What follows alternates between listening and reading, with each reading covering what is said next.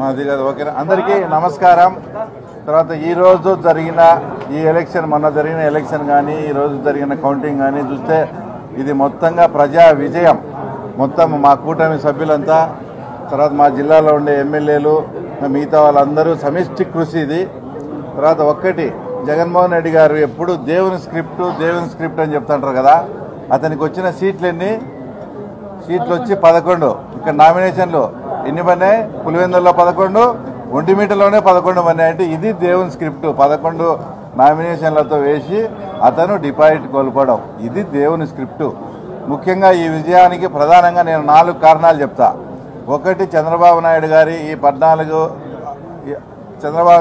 14 నెలల్లో చేసిన మంచి పనులు, సుపరిపాలన. ఎందుకంటే మేము అందరం కూడా, మా టీం అంతా కూడా ఎక్కడన్నా ప్రచారానికి పోయినప్పుడు అందరూ ఇళ్ల దగ్గర ఉండాలని సాయంత్రం పూటే పోతా వచ్చినాం. ఎప్పుడు సాయంత్రం పూట పోయినా కూడా స్కూల్ పిల్లలు బడికంతా వచ్చి ఎప్పుడు మా ఎమ్మడే thank you CM sir, thank you Lokesh sir, మాకు అందరికీ తల్లికి వందనం వచ్చిందని మా వెంట తిరిగేటప్పుడే మాకు సుస్పష్టంగా అర్థమైంది ఈ ఎన్నిక మేము గెలవబోతున్నామని. ఆ తర్వాత రెండో పాయింట్ వచ్చేసి 30 నుంచి 35 సంవత్సరాలుగా ఎప్పుడు కూడా పులివెందుల ప్రజలు ఇంత స్వేచ్ఛగా ఓటు వేయలేదు. మేము ఓట్లు అడగనమైనప్పుడు, సార్ మీరేమో ఓటు అడుగుతున్నారు, మమ్మల్ని ఆ రోజు వేయించారు కదా అని మమ్మల్ని అడిగేవారు. మేము నిర్భయంగా ఓటు వేస్తాం, ఫస్ట్ టైం మీరు స్వేచ్ఛగా పాల్గొనండి అని మేము వాళ్ళకు భరోసా కల్పించడంతో వాళ్ళంతా స్వేచ్ఛాయుత వాతావరణంలో ఈ ఎలక్షన్ జరగడంతోనే ఈరోజు ఎన్డీఏ కూటమికి ఇంత అద్భుతమైన అవకాశం. ఇంకో పాయింట్, అందరూ కూడా ఇది వాళ్ళకు డిపాజిట్ కూడా రాలేదు. అంటే ఇది అది ఏదైనా చిన్న డౌట్ కానీ కన్ఫ్యూజన్ కానీ ఉంటే అది నేను చేస్తా ఇప్పుడు. ఎందుకంటే మేము ఎలక్షన్ పోయినప్పుడు కానీ అక్కడంతా కూడా అందరూ కూడా వాళ్ళ క్యాడర్ అంతా కూడా మాతో టచ్లోకి వచ్చి, సార్ ఈ 5 ఏళ్లలో మమ్మల్ని సర్వనాశనం చేశాడు, ఎగ్జాంపుల్కు పాడా అని చెప్పేసి 200 నుంచి 250 కోట్ల బిల్లులన్నీ పెండింగ్ పెట్టాడు. ఎలక్షన్ అయిపోయి కౌంటింగ్కి మధ్యలో ఆయనకు అవకాశం ఉంటే 400 కోట్లు మెడికల్ హాస్పిటల్కి వేసినాడు. కానీ మేము కార్యకర్తలంతా ఇట్లా ఇబ్బందులు ఉన్నామంటే మా కార్యకర్తలకు కూడా అతను ఇచ్చి సావలేదు. కాబట్టి మేము మొత్తం అతనికి సహకరిస్తాం. అతని అహంకారానికి, అతను ఎక్కడో ఆకాశంలో కూర్చున్నట్టున్నాడు, అతని అహంకారానికి అతను బాగా కొవ్వు పట్టి ఉన్నాడు సార్. మేము ఖచ్చితంగా ఆ కొవ్వును కరిగిస్తాం, ఈసారి ఎలక్షన్స్లో మీకు సపోర్ట్ చేస్తాం అని.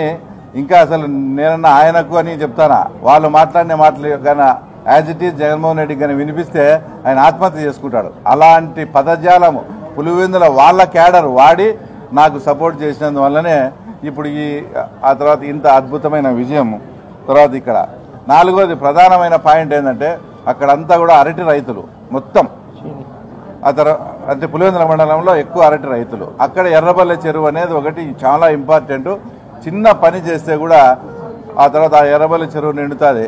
అంటే హెచ్ఎన్ఎస్ఎస్ ద్వారా చిన్న వెంటు పెడితే ఆ పనిని పోయి రైతులంతా పోయి అడిగితే కూడా ఏ రోజు స్పందించకుండా అవంతా కూడా పుంగనూరు పెద్దిరెడ్డి రామచంద్రారెడ్డికి పోవాలి. ఇక్కడ నిన్ను ఓట్లు వేసి 35 ఏళ్ళు 40 ఏళ్ళ నుంచి వాళ్ళను ఓట్లు వేసినా వేయకుండా మీరే గుద్దుకొని చేసి ఆ ప్రజలకు ఇవ్వకుండా అక్కడ పెద్దిరెడ్డి రామచంద్రారెడ్డి వాళ్ళ ఊరు పీబీసీ అంటే పుంగనూరు బ్రాంచ్ కెనాల్కి పోవాలని ఎక్కడ నీళ్ళు ఇవ్వకుండా పోవడంతో మేము మొత్తం మా కూటమి నాయకులంతా సీఎం గారితో మాట్లాడి, అధికారులతో మాట్లాడి అక్కడ వెంటు పెట్టించి అక్కడ వాటర్ అందించడం.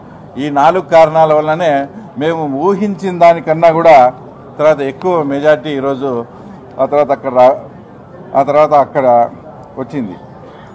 ఇంకో విషయం కూడా స్పష్టంగా, అంటే వాళ్ళది ఎంత బలం అనేది చెప్పేదానికి మీరు కూడా లాజికల్గా ఆలోచించండి. మీ ద్వారా రాష్ట్ర ప్రజలకు కూడా చెప్తున్నా. రీపోలింగ్ అడిగింది వాళ్ళే. తర్వాత 2 రీపోలింగ్ వచ్చినాయి. రీపోలింగ్ కన్నా ముందు పోలింగ్ అయింది ఒక బూత్లో 400 ఓట్లు పోల్ అయితే, రీపోలింగ్ తర్వాత 350 ఓట్లు 360 ఓట్లు పోలైనాయి. అంటే వాళ్ళు మొత్తం ఊర్లలో దండవారం వేపించి సోషల్ మీడియాలో పెట్టి ఈ ఎలక్షన్ మనం బాయ్కాట్ చేస్తున్నామని వాళ్ళు ఇష్టం వచ్చినట్లు ప్రచారం చేసినా కూడా కేవలం 40 ఓట్లు మాత్రమే ఆ తర్వాత తగ్గాయి. అంటే వాళ్ళ బలం 500 ఓట్లలో కేవలం వాళ్ళ మాట విని ఆబ్సెంట్ అయిన ఓట్లు వచ్చేసి 40 ఓట్లే. ఇప్పుడు ఆ రకంగా క్యాల్కులేషన్ వేసుకున్నా కూడా ఖచ్చితంగా వాళ్ళకు వచ్చిన 682 ఓట్లు నిన్న వాళ్ళ ఆబ్సెంట్ అయిన విధానాన్ని బట్టి చూస్తే 2 కరెక్ట్గా టాలీ అవుతున్నాయి. అంటే వాళ్ళ బలం 500 ఓట్లలో వాళ్ళు చెప్పితే బాయ్కాట్ చేస్తున్నామని వాళ్ళు చెప్తే వినకుండా అందరూ హాజరైనారు. వాళ్ళ మాట వినింది కేవలం 40 ఓట్లు మాత్రమే అనేది ఆ తర్వాత నేను మీ ద్వారా తెలియజేస్తూ ఉన్నా. ఒక్కసారి మా ముఖ్యమంత్రి గారు ఎంతో ప్రజాస్వామ్యవాది. ప్రజాస్వామ్యం అంటే ఆయన పడి తెచ్చే మనిషి. అలాంటి ప్రజాస్వామ్యవాది చేతనే అంతకుముందు ఎలక్షన్స్లో ఇదే జెడ్పీటీసీ ఎంపీటీసీ ఎలక్షన్స్లో ఆయన నోటి వెంటనే మేము ఎలక్షన్ బాయ్కాట్ అని అనిపించినారంటే మీరు ఎంత అప్రజాస్వామ్యంగా వ్యవహరించినారో. జగన్ రెడ్డి కానీ అవినాష్ రెడ్డి కానీ ఏదో పెద్ద పుడింగని పెద్దిరెడ్డి రామచంద్రారెడ్డిని కుప్పంకు వచ్చి ఏమేమో చేశారు కదా. ఇప్పుడు పులిందుల ఎలక్షన్ జరిగేటప్పుడు ఆయన్ను పంపించచ్చు కదా. రాజమల్లు రమేష్ యాదవ్ను పంపించినట్టు పెద్దిరెడ్డి రామచంద్రారెడ్డిని పంపించి ఆ తర్వాత ఇక్కడ పులిందులో తేల్చుకోవాల్సింది. అంత ఘోరంగా అప్రజాస్వామ్యం చేసిన ఆ వ్యక్తి నిన్న మాట్లాడుతూ ఏందో ప్రజాస్వామ్యానికి అతనే ప్రతిరూపమైనట్టు అతనే ప్రతీక అయినట్లు జగన్మోహన్ రెడ్డి మాట్లాడడం కూడా ఇది చాలా దారుణం. ఇంకొక విషయం మాట్లాడితే ఏదో గంగమ్మ జాతర అంట రఫా అని రాష్ట్ర ప్రజలను రాష్ట్ర అధికారులను భయపడించే మార్గం చేసి ఈ 3.5 సంవత్సరం తన పార్టీని తన పార్టీ కార్యకర్తలను సర్వైవ్ చేసుకోవాలనే ఉద్దేశంతో రఫా అని ఎప్పుడో 3.5 సంవత్సరం 4 ఏళ్ళ గవర్నమెంట్ మారుతుందంట. అప్పుడంట గంగమ్మ జాతర అంట రఫా అంట. ఇప్పుడు ఈ పులివెందులో ఈ ఎన్నిక జరిగినప్పుడు ఈ రఫా బ్యాచ్ నువ్వంత ఏమైనారని నేను ఈ రాష్ట్ర ప్రజలకు చెప్తా ఉన్నా. ఏంది లేదు జగన్ది ఉత్త డొల్లతనము ఉత్తది ఊరికే మేకపోయేది గాంభీర్యము. తన పార్టీ ఉనికిని కాపాడుకునే దానికి రఫా అన్నాడు. కానీ ఇప్పుడు అదే రఫా ఉన్నింటి ఆ రఫా బ్యాచ్ ఏమైంది పులివెందులో ఇంత మెజార్టీలు ఎట్టొస్తాయని మేము రాష్ట్ర ప్రజలకు చెప్తూ చివరగా నేను ఫస్ట్ క్లాస్ స్టూడెంట్, నాకు 4.5 లక్షల మెజార్టీ వచ్చింది. తర్వాత నువ్వు తలకిందులు తపస్సు చేసినా నీకు ఆ మెజార్టీ రాదని మా ముఖ్యమంత్రి అన్నప్పుడు ఈరోజు మెజార్టీ డిపాజిట్ కూడా రాలే. ఈ మెజార్టీ గురించి నువ్వేం సమాధానం చెప్తావని కూడా తర్వాత ఆయన మేము ప్రశ్నిస్తా ఉన్నాం. Thank you.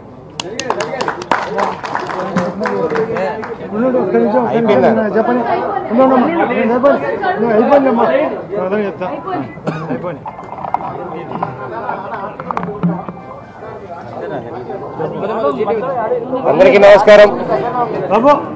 నమస్కారం. ఈరోజు ఈ ఎలక్షన్ జరగడం ఒక రకంగా ఆంధ్రప్రదేశ్ రాష్ట్ర ప్రజలకు ఒక మెసేజ్ లాంటిది. ఎందుకనంటే ఈ మధ్యకాలంలోనే రఫా డైలాగ్ అనేది చాలా బాగా వినిపించింది. నరుకుతాం ఇంకా చేస్తామని అంటే ప్రజలు బుద్ధి చెప్పిన తర్వాత కూడా రఫా నరకాలన్న ఆలోచనతో వైసీపీ ప్రభుత్వం ఉందని చెప్పేసి వాళ్ళ నాయకుడే డైరెక్ట్గా చెప్పడం జరిగింది. కానీ రఫా అనేది చాలా రకాలుగా చేయొచ్చు. రఫాగా ఇండస్ట్రీస్ తీసుకురావచ్చు, రఫాగా ఉద్యోగాలు ఇప్పించచ్చు, రఫాగా డెవలప్మెంట్ చేయొచ్చు అని కూటమి ప్రభుత్వం చూపించింది. అదే విధంగా పులివెందుల ప్రజలు కూడా రఫాగా తెలుగుదేశంకి ఓట్లేసి రఫాగా గెలిపించారని చెప్పేసి మీ అందరికీ తెలియజేసుకుంటున్నాను. ఎక్కడ మంచితనంగా రఫా వాడాలో ఇక్కడ ఒక్కసారి మళ్ళొక్కసారి మీరు గుర్తు చేసుకోవాలి. తెలుగుదేశం ప్రభుత్వం కూటమి ప్రభుత్వం మీద పూర్తి నమ్మకం ప్రజలకు ఉంది. దానికి నిదర్శనం ఈరోజు గెలుపు. ఆ గెలుపుని మున్ముందు కాలంలో ఇంతకుముందు ఒక పత్రికా సోదరులు మమ్మల్ని అడిగారు, పులివెందుల ఫార్ములా ఇక్కడ కుప్పం ఫార్ములాని ఇక్కడ మీరు ఇంప్లిమెంట్ చేశారా వాళ్ళు చేసినట్లని. కుప్పం ఫార్ములాని వాళ్ళలాగా ఇంప్లిమెంట్ చేయలేదు. కుప్పంలో ఏ రకంగా తెలుగుదేశం ప్రభుత్వం డెవలప్మెంట్ చేసిందో అదే ఫార్ములా పులివెందుల్లో కూడా అదే ఫార్ములా ఇంప్లిమెంట్ చేస్తాం. కుప్పం ఫార్ములాని డెవలప్మెంట్ రూపంలో ఇక్కడ ఇంప్లిమెంట్ చేస్తామని చెప్పి అందరికీ తెలియజేస్తాం.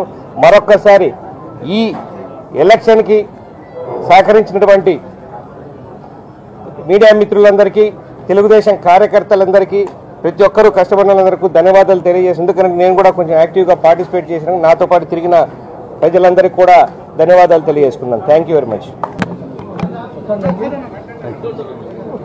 ప్రజాస్వామ్య దేశంలో ప్రజలు అణిచివేతకు గురైనప్పుడు, అరాచకం చేసినప్పుడు, ఎక్కడైతే అభివృద్ధి ఉండదో, ఎక్కడైతే తీవ్రంగా బాధపడినప్పుడు, అణిచివేతకు గురైనప్పుడు ఓటు అనే ఆయుధంతో పులివెందుల ప్రజలు రాష్ట్ర వ్యాప్తంగా దేశవ్యాప్తంగా కూడా ఆ అణిచివేతకు గురి చేసిన వ్యక్తులకు వ్యతిరేకంగా ఓటు వేసి మంచి సంకేతం పంపించినారు. చంద్రబాబు నాయుడు గారు కూటమి పార్టీల సహకారంతో 14 నెలల కాలంలో ఇచ్చిన సుపరిపాలనకు ఈ విజయం ఒక పెద్ద నిదర్శనం అని చెప్తా ఉంటా. ఏదైతే 40 సంవత్సరాలుగా ఏకపక్షంగా ఓట్లు వేసుకొని నామినేషన్లు కూడా వేయకుండా భయభ్రాంతులు గురి చేసిన సందర్భంలో పులివెందుల ప్రజలు ఈరోజు సంక్షేమానికి, అభివృద్ధికి, మౌలిక సదుపాయాల కల్పనకు ఈ ప్రభుత్వం చేస్తున్న కృషిని ఒక విశ్వాసంతో, నమ్మకంతో మాకు ఓట్లేసి తెలుగుదేశం పార్టీ అభ్యర్థి లతారెడ్డి గారిని గెలిపించినందుకు ప్రతి ఒక్కరికి కూడా కృతజ్ఞతలు తెలియజేస్తూ ఉండా. అదేవిధంగా జగన్మోహన్ రెడ్డి గారు మాట్లాడుతున్నారు, మాకు 80% 90% మద్దతు ఉంది మా పులివెందుల్లో.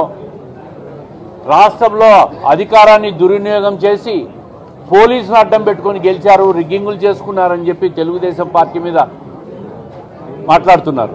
నేను ఈ సందర్భంగా ఒకటే చెప్తా ఉండా, మీకు 80% 90% మద్దతు ఉంది కదా, మరి మీరు ఎటు అసెంబ్లీకి పోవడం లేదు, మీరు రాజీనామా చేసి ఉప ఎన్నిక వస్తే మీరు కోరిన విధంగా కేంద్ర బలగాలతోనే ఉప ఎన్నిక జరిపిస్తాం, ఈ సవాల్ను మీరు స్వీకరించాలని చెప్పి నేను కోరుతా ఉండా. అంతే తప్ప ఓటమికి సాకులు ఎత్తుక్కుంటూ ఎన్నికలను బాయ్కాట్, కౌంటింగ్ బాయ్కాట్, లాస్ట్కు పాలిటిక్స్ నుంచి మీరు బాయ్కాట్ చేస్తే ఈ రాష్ట్రం సుభిక్షంగా ఉంటుందని చెప్పి జగన్మోహన్ రెడ్డి గారి హితవు చెప్తా ఉండా. ఏది ఏమైనా లతారెడ్డి గారికి ఈ గెలుపు శుభాకాంక్షలు తెలియజేసుకుంటూ, ఈ గెలుపుకు సహకరించిన తెలుగుదేశం పార్టీ ప్రతి కార్యకర్తలకు జిల్లా వ్యాప్తంగా అందరూ కూడా ప్రచారంలో పాల్గొన్నారు. కూటమి పార్టీలైన జనసేన కానీ, బీజేపీ కానీ ప్రతి ఒక్కరికి కూడా తెలుగుదేశం పార్టీ తరఫున శుభాకాంక్షలు తెలియజేసుకుంటున్నా, ధన్యవాదాలు తెలియజేసుకుంటున్నా. జై తెలుగుదేశం.